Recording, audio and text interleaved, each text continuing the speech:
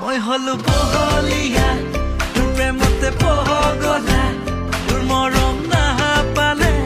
কৰি দিম ঘটনা মই হলো বহলীয়া তোৰ প্ৰেমতে পগলা তোৰ মৰম নাপালে কৰি দিম ঘটনা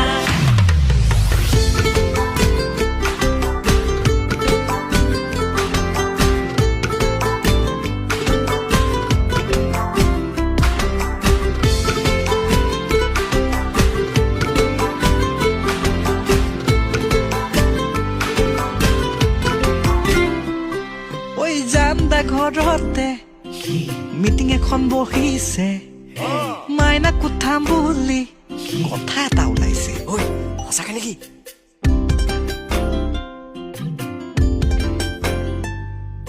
বেয়া লাগে জাননে